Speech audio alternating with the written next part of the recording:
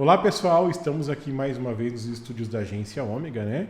No DigoCast, o nosso episódio de número 7, com a Adriana Bump, né? Agora, empreendedora, influencer, né?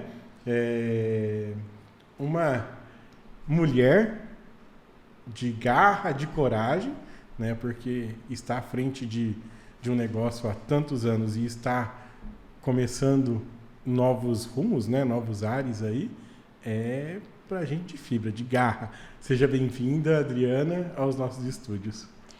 Muito obrigada, Rodrigo. Bom, primeiramente, muito obrigada mesmo pela oportunidade de estar aqui falando um pouquinho desse assunto que eu tanto amo, que é o empreendedorismo. E já também quero parabenizar, né, porque muito bacana essa sua iniciativa de a gente ter esse canal aqui em Amambai, é uma coisa tão maravilhoso, né?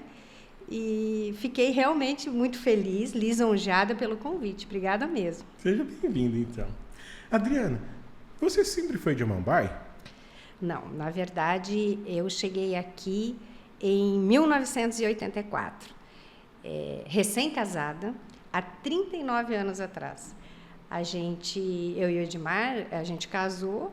E dali um mês ele resolveu que ele queria mudar de ares. E chegamos aqui, então, em Amambai.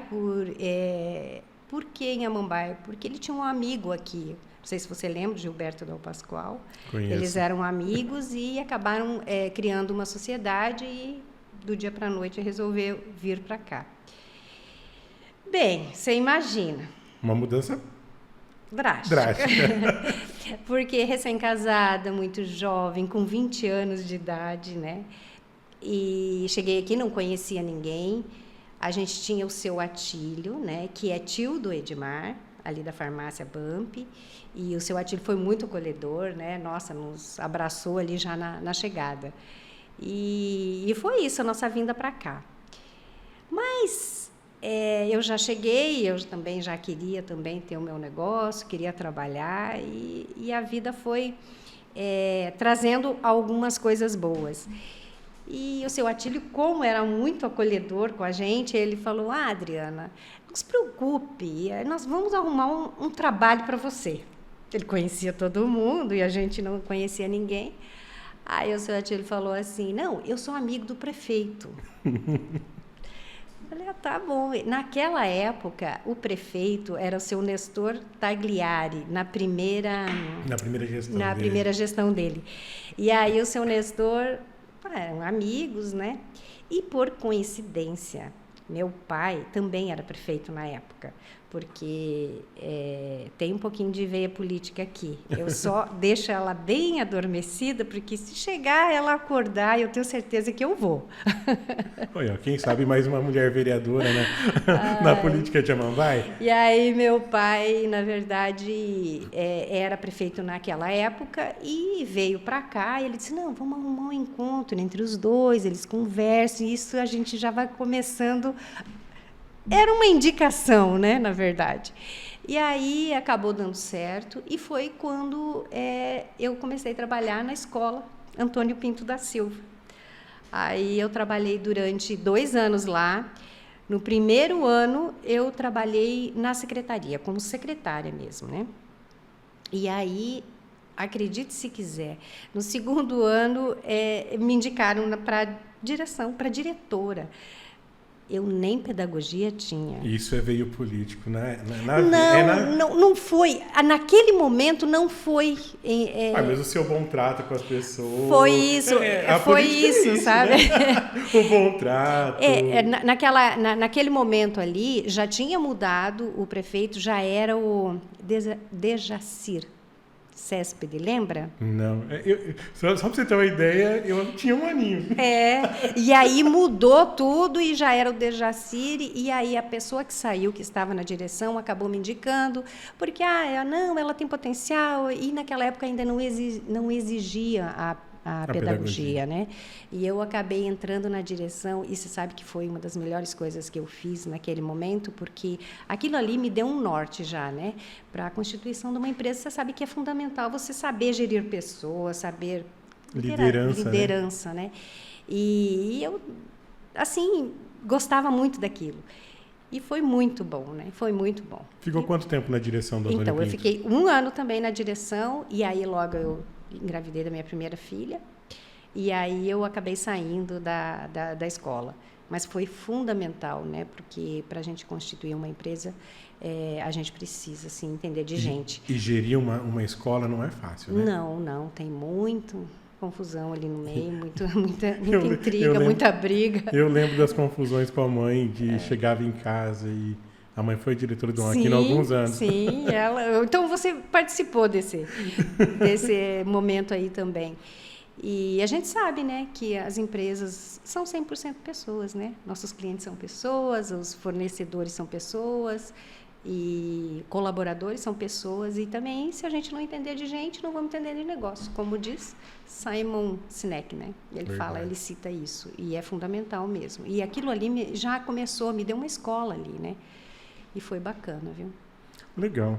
E assim, você saiu da escola, teve sua filha e falou assim, eu vou ter o Boticário. Como que foi esse princípio de você empreender? Eu falo assim, eu posso chamar de empreendedora raiz, porque... Uma coisa, só uma pergunta, antes da gente começar. Empreender, que muitas pessoas ficam perguntando pra gente, não é só na internet, né? Não. Na verdade, empreender, assim, no meu conceito, é você solucionar problemas, é você melhorar aquilo que já existe, né? Uma inovação. Não é que você precisa criar algo novo, mas você melhorando algo que já existe, você já está empreendendo, realizando. E que nem eu falo assim sempre, que empreender é lindo, né? Porque a gente sabe que a gente está contribuindo para o desenvolvimento do país, para a comunidade onde você está inserido, e sem falar também que você, né, gera empregos, né, ajuda a renda das famílias, então é muito bacana, né? E é isso. Mas é muito trabalhoso também, né? É desafiador, e quem não gosta não sobrevive. Eu só digo que isso, porque outra coisa que eu acho que foi fundamental para mim, e que nem você falou assim, empreender é desafiador, eu cresci. Na verdade, assim, eu sou conectada com o empreendedorismo desde que eu nasci, Rodrigo, porque meus pais eram empreendedores. Meu pai foi um empreendedor que foi para a política, mas ele não era político, ele era empresário. Por coincidência lá, ele entrou na política. Por um desvio de curso, eu falo. Desvio de curso. E aí, mas assim, eu cresci naquele lar onde a minha mãe era empreendedora, meu pai também era, meu pai tinha uma sociedade, ele tinha uma empresa lá de grãos, como se fosse uma cooperativa hoje, ele armazenava os grãos dos pequenos agricultores.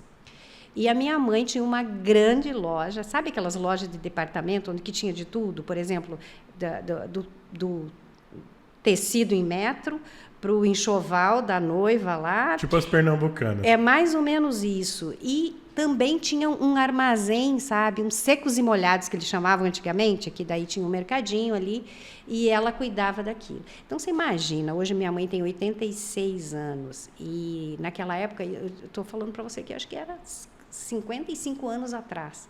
Ela começou e ela ia para São Paulo sozinha, fazendo as compras e voltava. Então, eu cresci nesse lar aí, sabe? O empreendedorismo estava na veia, e está nas veias, né? E aí, eles resolvendo problemas, e problema financeiro, e problema com funcionários. E aí, mas só que até eu chegar aqui e estar na escola lá, eu não tinha, assim, ainda esse entendimento e essa maturidade de dizer, poxa, a Adriana, ela vai empreender, né? Não tinha. E aí eu fui trabalhar, assim, lá no CLT e tal.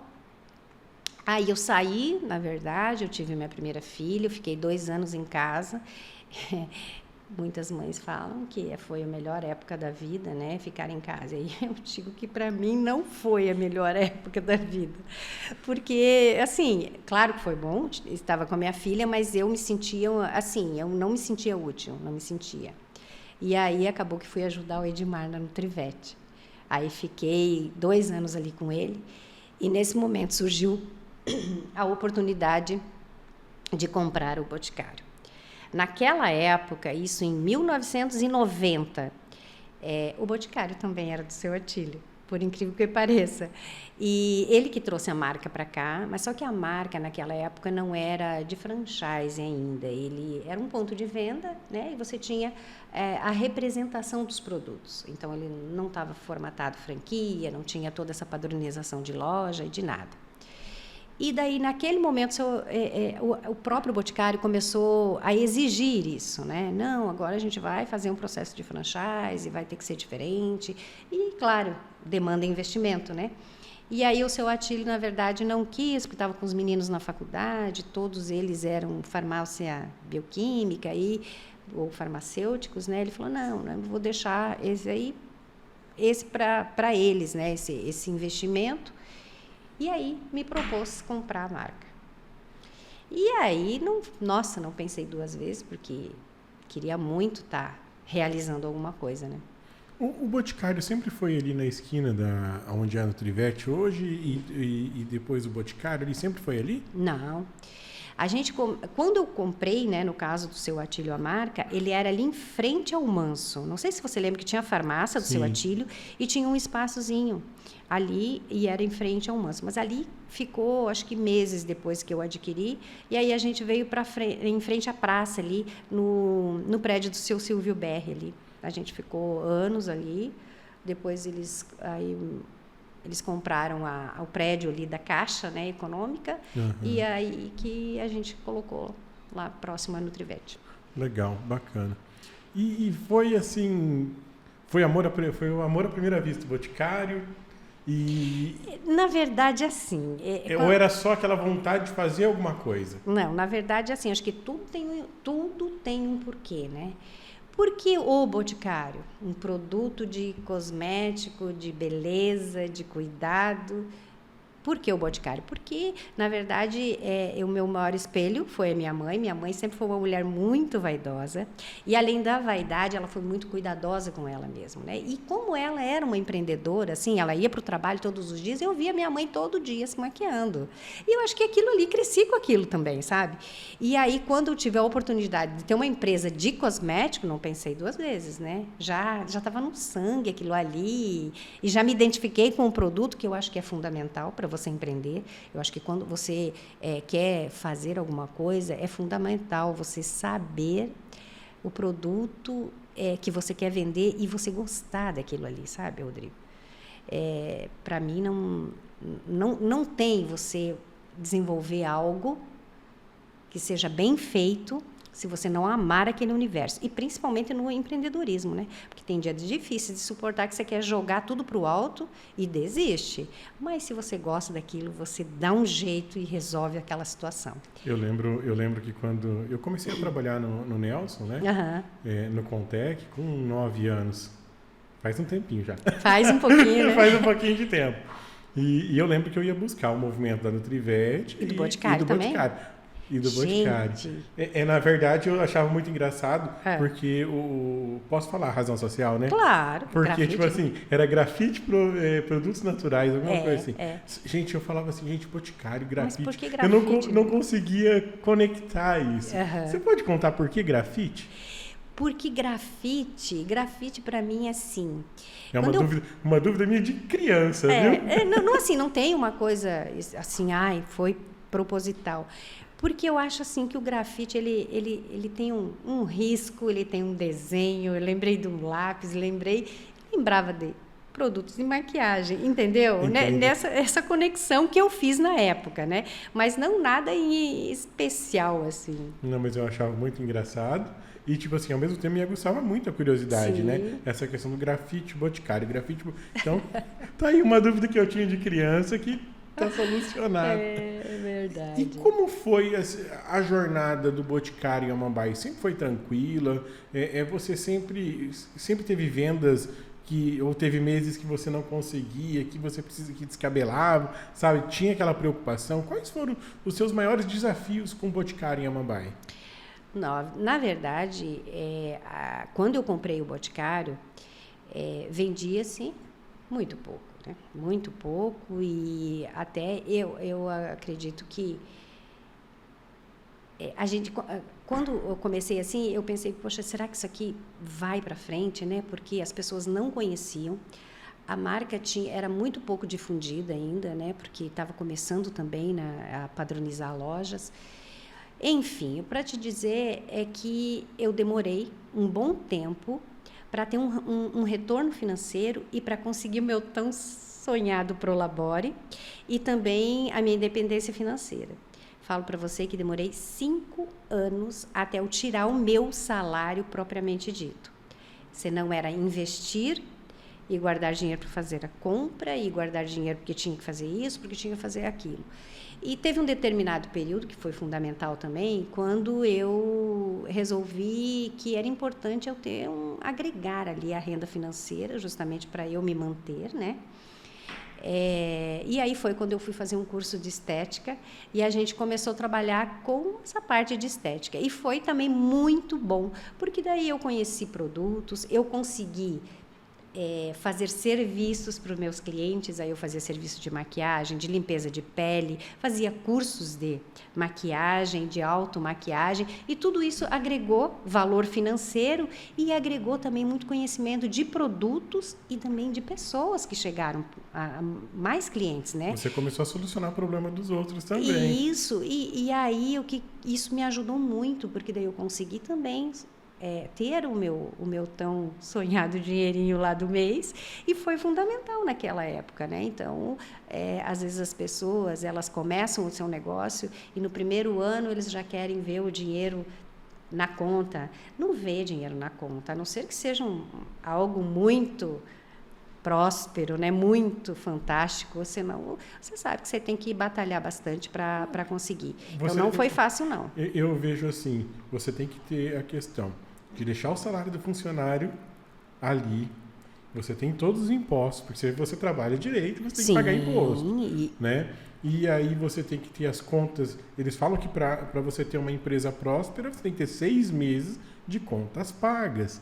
Então, empreender é persistência, né? É persistência, resiliência e, claro, né, gente, ter capacidade de planejar, né? Porque a gente sabe que sem planejamento a gente não chega a lugar nenhum, não tem direção, não tem foco, gente, não chega lá. Eu estou aprendendo tudo isso agora, depois de muitos anos. E olha que eu já tive uma lan house, agora tenho a Ômega, né? Já tive uma empresa de manutenção de informática, né? De computadores. Mas eu falo para você, a gente aprende no caminho, Rodrigo. Você não fala, agora eu estou pronto para empreender, vou empreender. Não é assim. A gente nunca está pronto, você sabe, né? Que não é assim. A gente começa e a gente precisa, aos poucos, ir se organizando. E eu comecei também fazendo muito burrada, imagina, totalmente inexperiente. E eu falo que até hoje eu tenho uma pessoa que eu fiz uma venda, sem saber nada, que ele passa de um lado e eu passo do outro lado da rua, que eu tenho vergonha, porque eu vendi um produto errado para ele. Ele veio buscar um produto para fazer a barba, e eu vendi um pós-barba, sabe? Porque eu achava que era para a espuma. E até hoje, e é uma pessoa bem conhecida, eu não sei se ele conseguiu fazer a barba ou não, mas depois eu falei, gente, né? Você vê, ó. E não conversaram depois a respeito? Não, eu nunca falei com ele, eu passo até do outro lado para ele nem me perguntar, mas eu vendi um produto errado, porque na verdade não tinha conhecimento. Então, assim, já começava por ali, né? A gente começou achando que no oba-oba, né? E aos poucos você vai aprendendo, você vai conseguindo se encontrar ali. Você sabe que as coisas numa empresa, ela precisa ser organizada, principalmente a parte financeira, né? Os controles financeiros são fundamentais para que você consiga, assim, ser próspero, né? Hoje o Boticário é uma empresa próspera, em Amambai? É muito próspera, com a graça de Deus. E já tem várias filiais por aí, né? Tem. Então, na verdade, eu acho que o Boticário deu uma virada em 2011. Nós começamos em 1990, aqui em Amambai, e aí depois a gente conseguiu expandir para Sete Quedas, aí lá teve uma oportunidade, isso foi em 2001. Aí, em 2005, na verdade, a gente foi para Ponta Porã, porque daí também abriu uma oportunidade lá de um repasse. Em 2011, a gente entrou na venda direta. Aí que eu digo que foi uma virada para o Boticário e para os franqueados também, né? Porque a gente acompanha tudo isso. Porque aí a gente conseguiu entrar na casa praticamente de todas as pessoas que não vinham para a loja, né? Então, é aí que foi a virada de chave e que eu digo que o Boticário se manteve no mercado, porque eu não sei se só com loja ele também seria próximo, eu digo franqueadora, né? Uhum. Porque chega um momento que o negócio fica maduro, né? E nesse caso, foi... E outras empresas começaram a entrar no mercado, sim. né? E própria outros tipos de loja trazendo coisas importadas para dentro do Brasil. E aí foi fundamental esse momento para a gente. E foi muito bom, porque no primeiro momento eu abri a central aqui, que a gente atende 8 cidades, né? Além das 3 que a gente tem loja, que é Mambaí, Sete Quedas e Ponta Porã, a gente atende mais 8 cidades que são todas da região fronteiriça aqui, né? Então, a minha área aqui é tudo fronteira com o Paraguai. Eu acho que a única que não é fronteira seca é aqui. E Itacuru, porque Paranhos é fronteira, Sapucaí é fronteira, Sete Quedas é fronteira. Aí tem Arau Moreira, que acho que não é Arau, né? Arau é. É também? Então, também. E daí tem Ponta Porã e tem... São 8 cidades. Antônio João. Mas pode falar, mas tem perfumes que são inesquecíveis, marcantes, que a gente não troca do Boticário, né? Não, e quem é mais velho, assim, pode ter todos os perfumes do mundo importado que venham, mas tem... eu nunca consigo falar direito. Fragrâncias, né, do Boticário que são inesquecíveis. Eu falo porque tem o Portinari que eu até hoje tenho, né? E há quanto tempo ele está aí? Está aí há muito tempo. É que é assim, na verdade, os nossos produtos são tão bons quanto, né? É que assim, cada pessoa tem um gosto, né? Gosto, né? E tanto os importados quanto os nossos são bons. E você gosta do importado e você usa o Boticário também. A gente tem essas duas facilidades, né? E por isso que a gente se mantém. Muitos me perguntam, até outros franqueados, amigos, meu Deus, mas como que você sobrevive? Porque Ponta Porã, né? Cada vez que você chega lá na Casa China, tem uma gôndola diferente lá de perfumaria, de produtos, né, diferenciados, de outros países, mas, na verdade, o sol nasceu para todo mundo. Tem público para todo mundo. A gente compra o importado, mas compra o brasileiro também, né? E o Boticário é uma marca muito bem conceituada e já é pelo 5º ano a marca mais amada do Brasil. Né? Não, tem perfumes que eu não troco de jeito nenhum do Boticário e eu gosto também dos produtos para barba também. Não sei se você sabe, tem uma história muito bacana, né, do Malbec, né? Que veio o sheik lá de Dubai, chegou no Brasil, só sei que ele teve acesso ao Malbec. Aí ele ficou encantado com aquele aroma, da onde que era aquele aroma. Ele foi aí em busca e hoje nós temos uma loja do Boticário em Dubai. Ele quis que abrisse uma loja lá. Ah, bacana. Então você vê, né? Eu não digo Malbec, mas não falta em casa Portinari. Quasar, né? Eu tenho um vidro de estileto bem antigo lá, mas tá lá aquele vidro de estileto. Nossa, estileto para mim remete à memória do meu pai, né? Meu pai só usava estileto. E eu nem tinha Boticário ainda na época, né? São bem marcantes esses perfumes. Adriana, com esse seu, assim... A questão de empreender. Você é empreendedora nata, né? Já gostava de tudo isso. Mas empreender para qualquer pessoa, Adriana? Olha, as pessoas me perguntam muito isso, sabe? Lá no Instagram mesmo. Qualquer pessoa pode empreender? Eu, Adriana, digo que sim. Mas ela precisa desenvolver algumas habilidades que são fundamentais, que é essa que eu te falei, a capacidade de planejamento é fundamental para empreender. A resiliência é fundamental para empreender, né? Porque tem momentos que você vai ter que aceitar certas situações para você ser próspero. A resistência também, porque a gente tem que ser forte, porque tem dias que eu te falei, né, que são difíceis. E claro, né, ter iniciativa, porque nada adianta ter um planejamento maravilhoso, você ter ações maravilhosas, mas você não dá o pontapé inicial, né? Então, a iniciativa é fundamental para que as coisas aconteçam. Todas as pessoas têm isso. Todas as pessoas têm. Uns mais, outros menos. Mas se você realmente quer ter aquele negócio, desenvolva. Se realmente quer fazer aquilo que você gosta, desenvolva essas habilidades. Precisa começar. Com certeza você vai conseguir.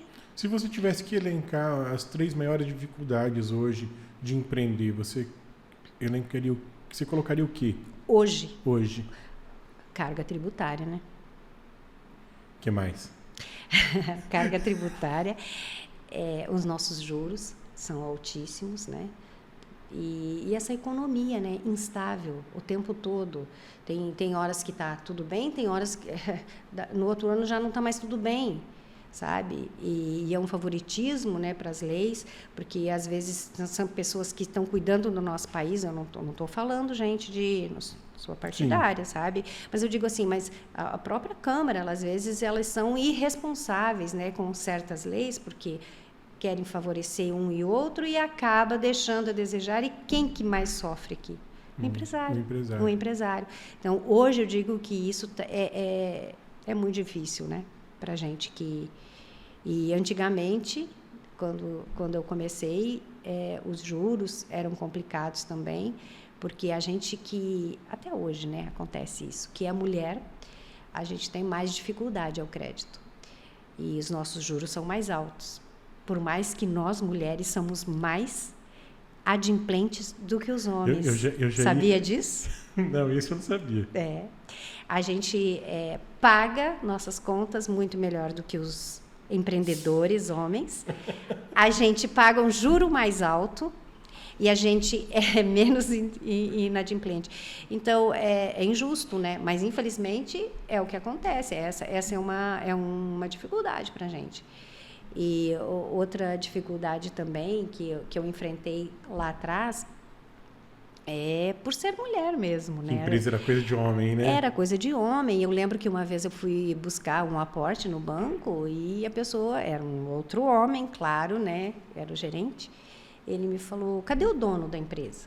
Eu falei: o dono sou eu. Não, mas não tem um homem?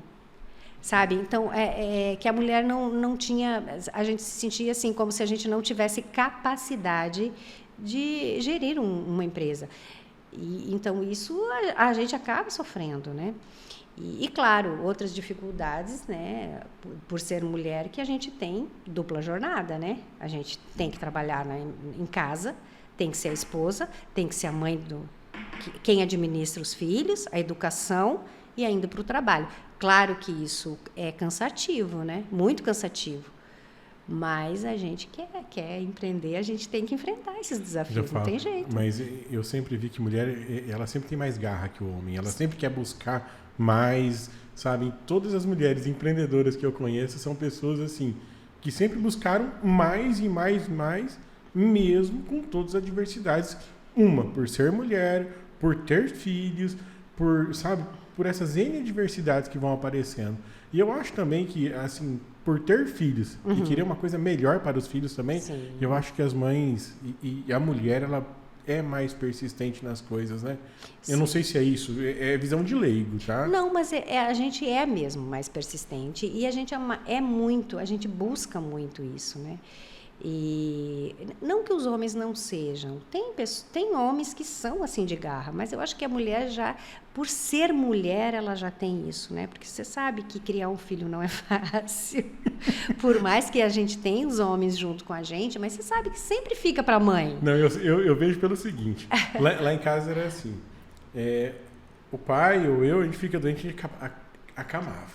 Sim. A mãe doente estava lá, cozinhando, limpando, fazendo, sabe? Dando conta de tudo, mas ela estava lá, doente, sabe?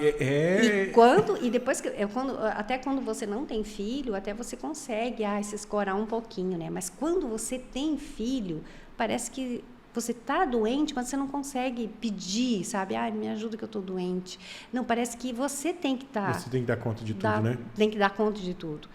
E tem também, eu sempre falo que tem famílias, tem homens, né, que não apoiam também as mulheres empreendendo, né? E tem mesmo, né? Infelizmente, não foi o meu caso, graças a Deus, mas você quer trabalhar? Então você tem que dar conta mesmo de tudo. Se vira, né? Não tem isso? Tem. Tem, né? Tem muito. E a gente vê isso por aí. É. Uma coisa assim, com a pandemia, né? Uhum. Mudou muito a questão de empreender. Como que foi aqui em Amambai para você com o Boticário e nas outras cidades? Teve muita diferença antes da pandemia e depois de pandemia? Então, a pandemia para mim foi assim. Eu falei para você que eu tive muitas dificuldades. Eu tive dificuldades financeiras, eu tive problemas de gestão de pessoas, eu tive problemas da empresa crescer, eu não suportar aquilo ali, sabe? Poxa, está crescendo, o que eu vou fazer agora, sabe? Não ter estrutura suficiente para aguentar o crescimento. Mas a pandemia, para mim, sabe aquela primeira semana que a gente não sabia nem o que era e que a gente fechou tudo e que a gente não tinha nenhum caso de Covid aqui ainda porque a gente estava totalmente desorientado, não sabia o que ia fazer, né? Aquela semana eu paralisei, porque aí a gente ficou fechado, né? Eu falei, gente, o que eu vou fazer nesse momento? Porque eu tinha 40 funcionários naquele momento. Eu falei, e o que eu vou fazer com 40 famílias dependendo de mim? Eu não sabia o que fazer. Se eu fechava, se eu abria, se eu demitia. E aquele medo. Sabe aquele medo de, por exemplo, você adoecer? O medo de você perder alguém da família? O medo de você perder um colaborador e da tua empresa quebrar? Então, assim, a gente teve que conviver com o medo, né? Eu estou falando literalmente somente daquela semana, primeira semana. E a gente não sabia se ia pagar as nossas contas ou não, porque você sabe, o varejo ele é dinâmico, né? A coisa precisa rodar, né? Sim. Tem que entrar para sair, e assim justamente. funciona, né? E aí, eu, sinceramente, não sabia o que fazer. Até que um colaborador meu me ligou, me pedindo como é que a gente estava, o que ia fazer, o que não ia fazer. Eu falei, olha, a gente está aqui pensando em alguma alternativa. Ela disse, olha, ela falou assim, elas me chamam de patroa, as minhas funcionárias. Um apelido carinhoso, não é não é pejorativo. Não é porque eu imponho nada assim, a tal ponto de ser no pedestal, não. Aí ela falou, patroa, mas se precisar trabalhar de graça nesse momento, eu trabalho para você. Eu falei, gente, como que eu vou ficar paralisada diante de um depoimento desse? Aí eu levantei e falei, não, Pedro, meu filho, né, que hoje está comigo já na transição de sucessão, falou, não, vamos fazer alguma coisa, a gente precisa fazer alguma coisa. E foi quando a gente começou, vamos vender pelo WhatsApp. É a venda de WhatsApp. E assim começou bem devagar, e aí o Boticário também, que estava naquela transição do digital, há anos, não, agora vai ter venda digital, mas em 2 tapas a gente já estava realizando as vendas no WhatsApp. Foi difícil naquele primeiro momento, assim, até a gente se adaptar a esse novo formato. Porém, foi maravilhoso, porque foi um escape, né, para a gente vender, gerar receita. E o melhor de tudo, né, a gente vendeu muito. A gente cresceu muito na pandemia. É inacreditável isso, mas a gente cresceu muito. A pandemia abriu muitas portas, né? Abriu muitas portas, porque daí a gente teve um outro canal de venda complementar, né? E foi fundamental. As pessoas começaram a usar Facebook, Instagram... já tinha o TikTok, mas não tinha essa questão de... Mas não tinha, sabe? não era... Sim, a gente ficou em casa... A gente não fazia para negócios, né? A gente usava para tirar foto. Para tirar foto, para mostrar. A gente não usava ele como uma ferramenta de negócio, né? E que é uma ferramenta de negócio. E é fundamental você estar ali visível, né? E foi assim que teve esse divisor ali e eu abracei porque eu falei, eu vi um canal e eu precisava me reinventar, porque a gente como líder, você precisa dar o exemplo e você precisa ensinar os outros, né? E como que eu não ia ensinar se eu não vou abraçar uma causa onde eu teria mais faturamento, né? Eu fiquei desesperado também nessa primeira semana. E eu trabalhava na prefeitura, eu tinha a minha loja que eu vendia produto de informática e aí começou a dar tudo esse fechar, ninguém comprar, e eu falei, não sei o que eu vou fazer. E aí surgiu a oportunidade da agência, né? E aí Nossa. Foi um momento de mudança para todo mundo. Para todo mundo. E de se reinventar. De se reinventar. E foi bacana, tá rendendo. Então. Ainda tá rendendo.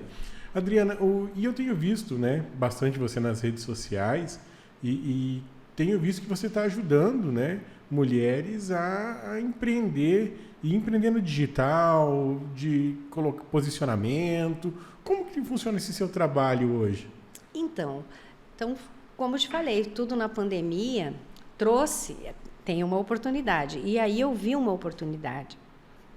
Foi até numa dessas brincadeiras, assim, eu cheguei na loja, uma das minhas funcionárias falou, tem um monte desse produto aqui, é tão bom, e eu acho que as pessoas não conhecem, você podia pegar e fazer um vídeo lá e mostrar sobre esse produto.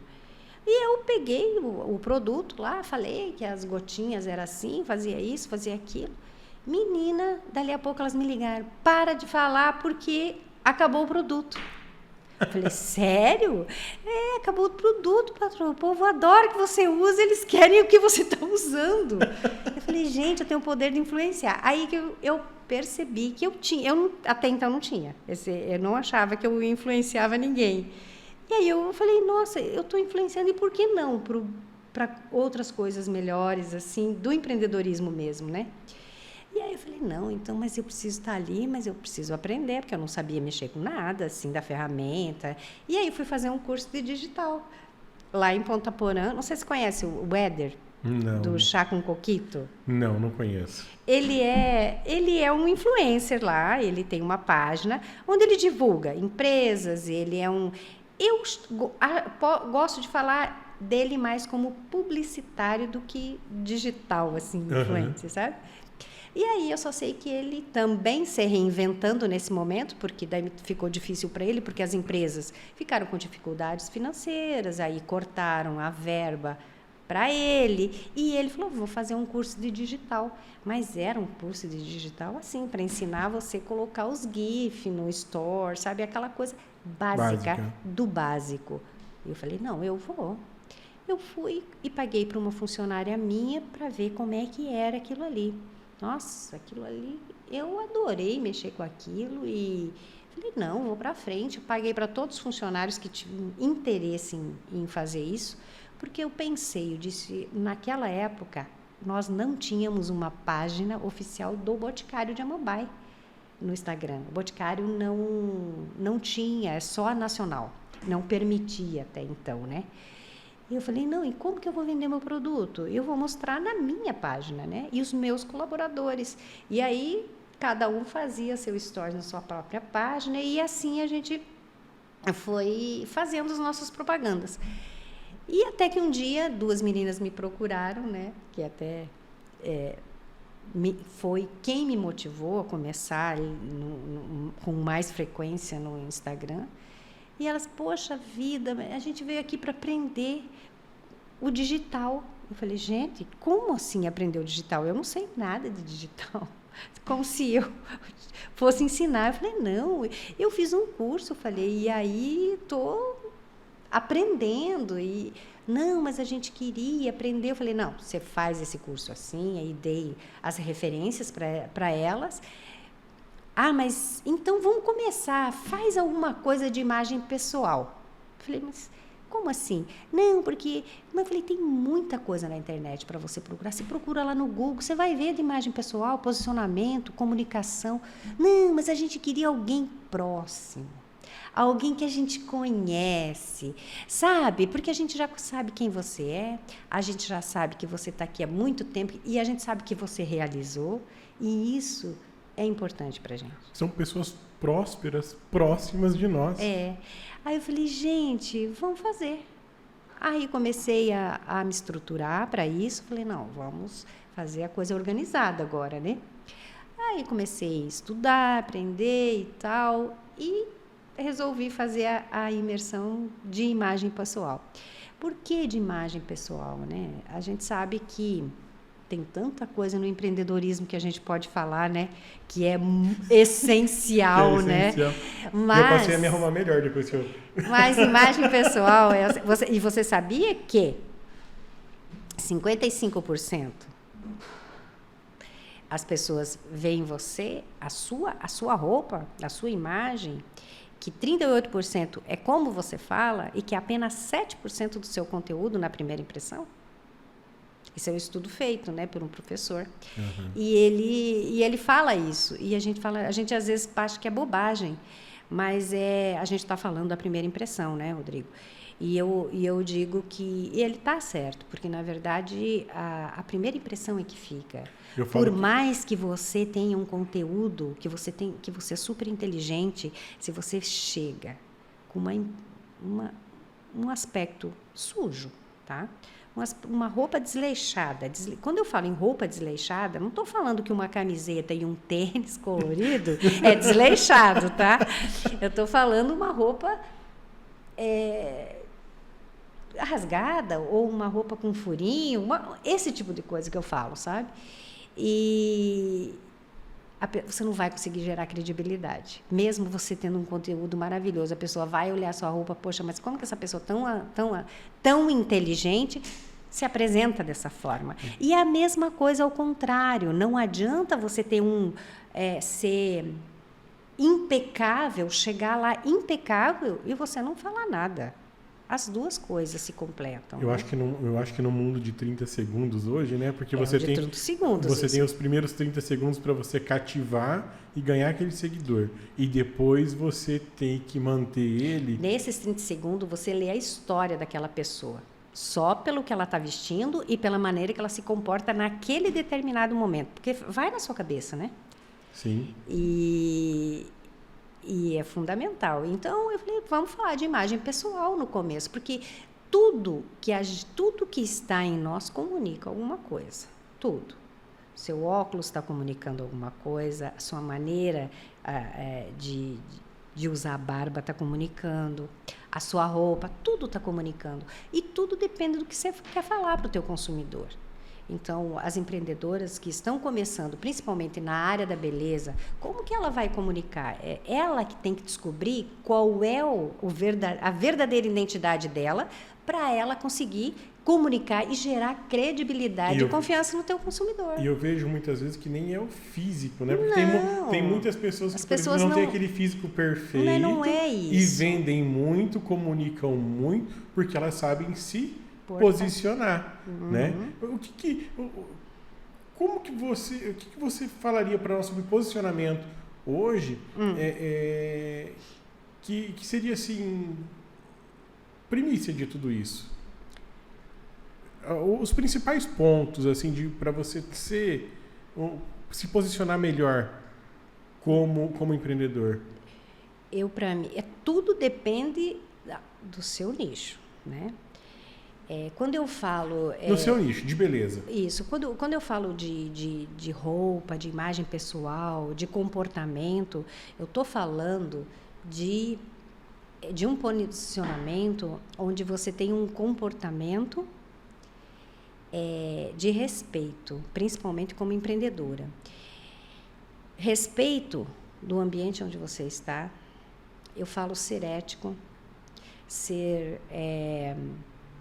colaborativo, ser responsável. E quando eu falo isso, eu estou falando de cumprir horários, de cumprir o que você promete.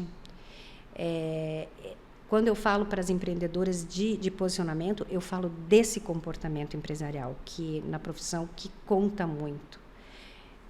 Me diga, quem vai gerar credibilidade chegando atrasado? Você Você já começa a desconfiar aquela pessoa que chega atrasada. Como você vai gerar credibilidade se você não cumpre com o prazo que você prometeu? Eu falei que vou entregar hoje, eu estou entregando daqui uma semana. Você não vai ter crédito. Dessa comunicação que estou falando e desse posicionamento que as pessoas têm que pensar. Claro que a sua vestimenta, ela compõe tudo isso, né? Porque, por exemplo, uma empreendedora, ela não pode estar lá, não, eu preciso estar com a roupa da moda. Claro que não. Não é isso que eu estou falando. E nem com uma roupa cara, né? Mas você tem que estar apresentável, você tem que estar com o básico. A roupa limpa, cabelo limpo, sabe? É disso que a gente estava falando. E para mim, esse posicionamento que a gente tem que pensar, aquele de comportamento mesmo, de respeito ao próximo, respeito às pessoas que estão ali, respeito às regras, né? Respeito a horários, cumprimento de prazos. Assim, eu acredito que você consegue ser próspero no teu negócio. Legal, bacana. Adriana, se você tivesse um recado hoje para você dar para aquela Adriana pequenininha, criança, o que você falaria hoje para a Adriana? Bom, se a gente for falar assim, acredite nos seus sonhos, né? Clichê, mas isso é real, né? A gente tem que acreditar nos sonhos da gente. Eu não falaria isso para a Adriana, porque eu sempre fui uma pessoa de acreditar mesmo no meu potencial, de fazer as coisas. Eu acredito que eu tenho potencial, que eu tenho talento, e eu realmente não tenho, assim, não vou conseguir, sabe? Eu sou determinada. Mas eu diria para aquela Adriana para não confiar tanto nas pessoas. Isso, eu confiei demais em pessoas erradas. Tanto em amizades, colaboradores, que às vezes a gente acredita que as pessoas têm o mesmo caráter e a mesma índole que você. E essas pessoas muitas vezes não são assim.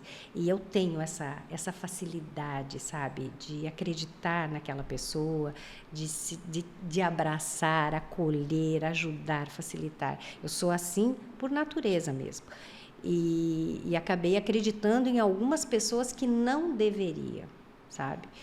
E muitas pessoas, elas se interessam por você enquanto você está favorecendo elas. A partir do momento que você não tem mais utilidade, elas caem fora, né? Porque o interesse não é esse. Então, às vezes, você acredita nessas pessoas e acha que é real. E ao longo do caminho de empreendedora, eu cruzei com muitas dessas pessoas. E pessoas que estavam próximas de mim, pessoas que estavam dentro da minha empresa, junto comigo. Então, eu diria isso para mim, sabe? Me arrependi de alguma coisa que eu fiz? Não digo que eu me arrependi, porque aquilo ali foi super importante para o meu crescimento como pessoa, super importante para a minha evolução, para aprender, porque às vezes a gente tem que aprender na dor, né? E em alguns momentos eu aprendi na dor, infelizmente. Mas eu diria isso para aquela Adriana lá, do começo. Tirando essa história que você vendeu o produto errado, o pós-barba pro rapaz fazer a barba, né? Uhum. Teve mais alguma situação inusitada, assim, que você lembre? Olha, eu tive uma situação tão inusitada, assim, dentro do Boticário, que é até engraçado de falar, mas as pessoas... algo bem complicado, hein? É aquela coisa da troca, sabe? Esse produto não tem mais o mesmo aroma. Esse produto... Porque como a gente tem essa troca facilitada, por exemplo, se você vai lá na minha loja, o produto está com defeito, a gente troca no mesmo momento. E, mas o produto não tem mais o aroma que deveria. Não, o produto não é aquela colônia que deveria. Você acredita que a gente teve um cliente que levou o produto lá, dizendo que não era produto? E a gente dizia, mas como? É o mesmo, né, produto, não foi trocado fórmula, não foi trocado frasco. Não estava entendendo. E a gente levou para análise. E aí você não tem noção o que veio dentro. O que veio. Tinha outro perfume dentro. Não era perfume. Imagino agora. Sério. Você acredita uma pessoa se dar ao luxo de fazer isso? Gente. Aconteceu isso. E é inusitado isso, né? É. Tem de tudo nessa vida. Gente, agora eu fiquei encucado. Você imagina, a pessoa vai lá e trocar o produto? Não, e aí queriam... fez isso para você trocar, para ter um produto novo, né? E tem muita gente assim, né? Gente, Se hoje, assim... Fiquei até sem... Deixei você sem fala, Me né? deixou sem fala agora. Mas também você veja bem, são histórias de 33 anos. Tem muita história, assim, tem coisas que eu nem me lembro, né? Mas acontece. E assim, e pro digital, você teve muita dificuldade de passar pro digital ou foi uma coisa bem natural, Adriana? Não foi natural, nada. Meu Deus, foi difícil. Você sabe... no começo eu falei, gente, como que eu vou gravar vídeo, né? Meu pai. E aí eu não acostumava com aquela minha voz, eu via que minha voz parecia feia, sabe? Que a gente tem essa impressão da própria voz, né? Falei, meu Deus, acho que ninguém vai querer me ouvir, eu falo feio. E assim foi. Aí gravava muitos vídeos, né? Para acertar claro. Mas fui fazendo, sabe? Fui fazendo. Mas a maioria das coisas que eu falo ali são coisas que eu vivi, experiências, e que eu acredito que, falando aquilo, as pessoas podem melhorar, né, a sua parte de empreender, e sem ter que errar, né? Porque muitas vezes a gente pode aprender com a vivência das outras pessoas, né? Eu acho que isso é o melhor, assim, porque se você entrar com a cara e com a coragem e sem ter nenhuma instrução, não ter nenhuma pessoa para você seguir e buscar um norte, né? É complicado. Sim, não, com certeza. E é bom, né, a gente ver exemplos. Por que não pegar um exemplo de alguém que já fez, que realizou, que errou, mas que está acertando, né? Por que não? É muito bom. Eu sempre gosto de falar sobre isso. E eu acho que a gente precisa sempre seguir conselho dos mais velhos. E os conselhos que eu digo, não é que você tem que seguir qualquer conselho. Você vai seguir das pessoas que realizaram, das pessoas que realmente fizeram e das pessoas que têm experiência, né? Não adianta também você chegar aí, as pessoas prontas para criticar tem bastante, né? Ou para te dar uma opinião, mas que nunca fizeram nada, né? É diferente, né? Essa semana, eu tive uma pessoa que chegou e falou um monte de coisa do podcast. Aí eu olhei pra ele, eu falei assim, eu vou responder. Aí eu falei, sabe, eu acho que é melhor eu fazer o que meu pai fala. Deixa eu falar. Mostra com as atitudes que não é assim que funciona, sabe? É um conselho que meu pai sempre me deu, mesmo com todos os... Sabe, eu acho que quando você dá uma resposta para quem não merece aquela resposta, você acaba salientando ainda mais o que ele acha, né? E são pessoas que nunca construíram nada. Então, mas geralmente são essas pessoas que te criticam, as pessoas que não realizam. Então, a melhor coisa é você ficar na sua mesmo e mostrar com o seu trabalho. E ponto final. Fiquei muito feliz em ter você aqui hoje. E Raul, eu nunca vi a Adriana brava. Em todos estes anos nesta indústria vital, eu nunca vi a Adriana brava, sempre sorrindo. Todas as vezes. E olha que eu conheço, a Adriana não lembrava de mim, mas eu conheço a Adriana há muito tempo. Pois é, mas essa parte do Contec eu realmente deletei. Eu acho que você foi crescendo, Rodrigo, e eu não associei aquele menino, né? Eu fiquei dos meus 9 aos meus 14 anos no Contec. Foi um tempinho lá. E depois eu fui embora, né? Depois eu fui embora, voltei. Voltou.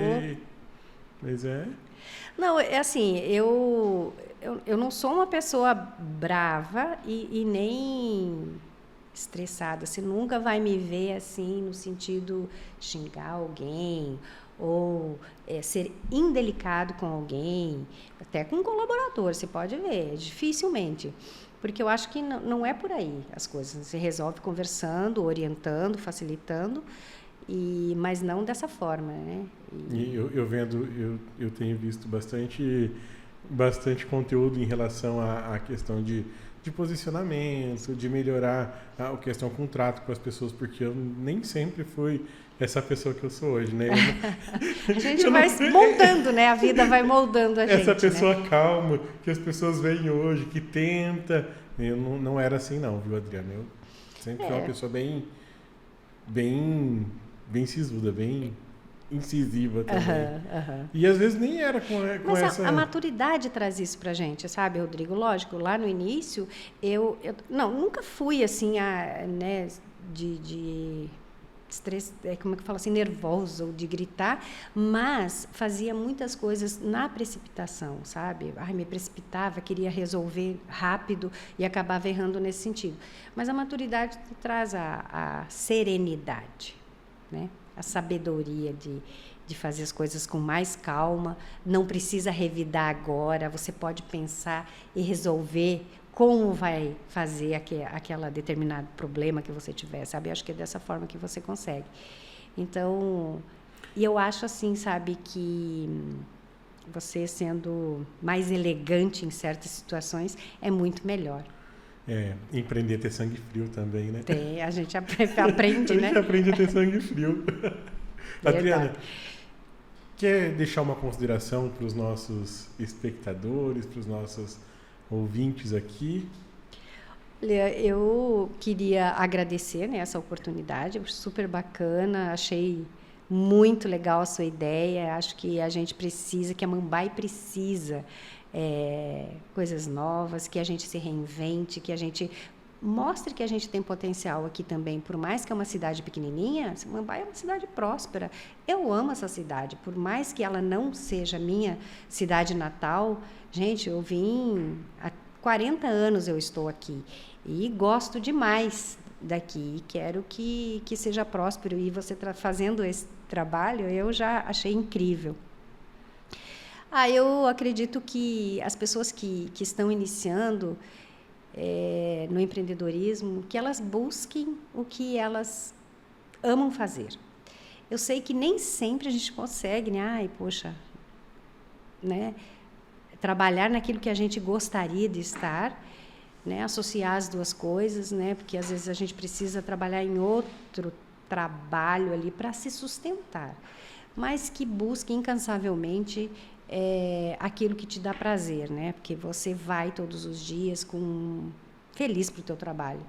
E todo mundo que é feliz produz mais, né? Eu acredito que a produtividade ela vem quando você está realizando algo que te deixa bem, que te deixa leve, né? Que isso faz com que você seja próspero, que você consiga e levar o teu negócio aí para frente por muito tempo, que seja perene, né, por muito tempo. E é isso. Muito obrigado, Adriana. Imagina, obrigada a você pela oportunidade. E antes de fechar o programa, eu quero agradecer aí, o Anderson lá da Personalize, né, que faz essas canecas maravilhosas para todos os nossos convidados. Obrigado, Anderson. E já estou virando água aqui. E você precisando de um brinde, de um presente, de qualquer coisa personalizada, Personalize. Obrigado, pessoal. Até mais.